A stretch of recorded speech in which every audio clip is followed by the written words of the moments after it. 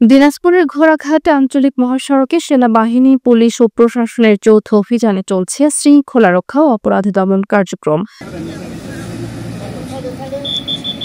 বুধবার বিকেলে ওসমানপুর সেনা ক্যাম্প ও ২৫ বীর সাপোর্ট ব্যাটালিয়নের মেজর মোহাম্মদ আব্দুল আহাদ, ক্যাপ্টেন মার্জুল হক সাফিন এবং দিনাজপুর ট্রাফিক বিভাগের টিএসআই আবুল কালাম আজাদের নেতৃত্বে যানবাহনের বৈধ কাগজপত্র যাচাই, চালকদের হেলমেট পরিধান এবং নিরাপত্তা সরঞ্জাম পরীক্ষা করা হয়।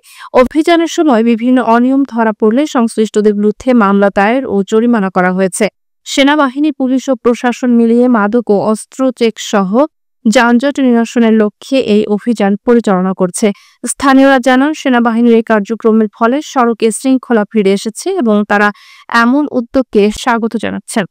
সংশ্লিষ্টরা জানিয়েছেন, জননিরাপত্তা নিশ্চিত করতে ভবিষ্যতেও ট্রাফিক বিভাগের সঙ্গে সেনাবাহিনীর সহযোগিতা অব্যাহত থাকবে।